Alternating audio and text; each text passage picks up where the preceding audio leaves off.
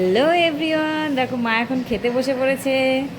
মায়ের পাতে ভাত দেখো, ইলিশ মাছ ভাজা গরম গরম, আর ইলিশ মাছের তেল দিয়ে ভাত, সঙ্গে কাঁচা লঙ্কা।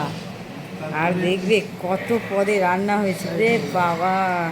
আর আমার মেয়ের অবস্থা দেখো, ও ডাল ভাত খাচ্ছে আর আমার থালাতে শুধু ছুঁড়ে ছুঁড়ে মাছে। দেখো আমি এখানে মনার ভাইয়ের ভাত, এখানে ওর ভাত, মানে এটা হচ্ছে কি?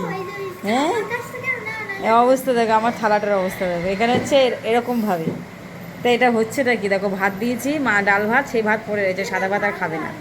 ওর নাকি খেতে ভাল লাগছে না, তা খাবে কি সারাটা? হ্যাঁ, ডাল তিতো।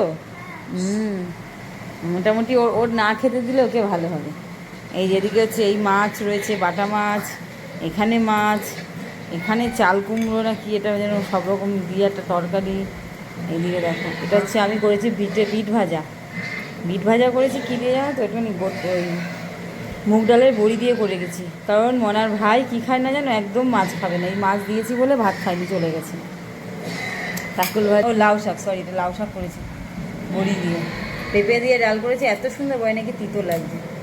আর এদিকে হচ্ছে ইলিশ মাছের ঝোল হচ্ছে বেগুন দিয়ে। এবার বলো কোনটা ছেড়ে কোনটা খাবে বলো, মানে ভাত খাবে না এই মাছ খাবে, তো বুঝে পাচ্ছি না। এত মাছ খেলে এমনি দুদিনে মোটা হয়ে যাবো। তোমরা বলো, সকলে বলো, এত মাছ কাদের বাড়িতে খায় বলো? তোমাদের বাড়িতে খায় এত মাছ? হ্যাঁ, এবার যারা যারা খেতে চাও চলে আসো আমাদের বাড়িতে, দুপুরবেলা লাঞ্চের খাবার খেয়ে যাও এসে। কেমন লাগছে মা খেতে? খুব টেস্টি লাগছে। কেমন লাগছে? ওই অবস্থা দেখো, ডাল দিয়ে মুখে তো ভাত খেয়ে জল দিয়ে মুখে বসে রয়েছে। ও যে কোটা খাওয়ার খাবে সবসময় শুধু ওইরকমই করছে দেখো।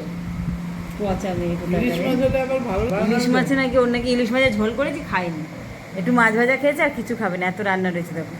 ওই ডাল নিয়ে ভাতটাকে নিয়ে বসে রয়েছে আমার পাশে।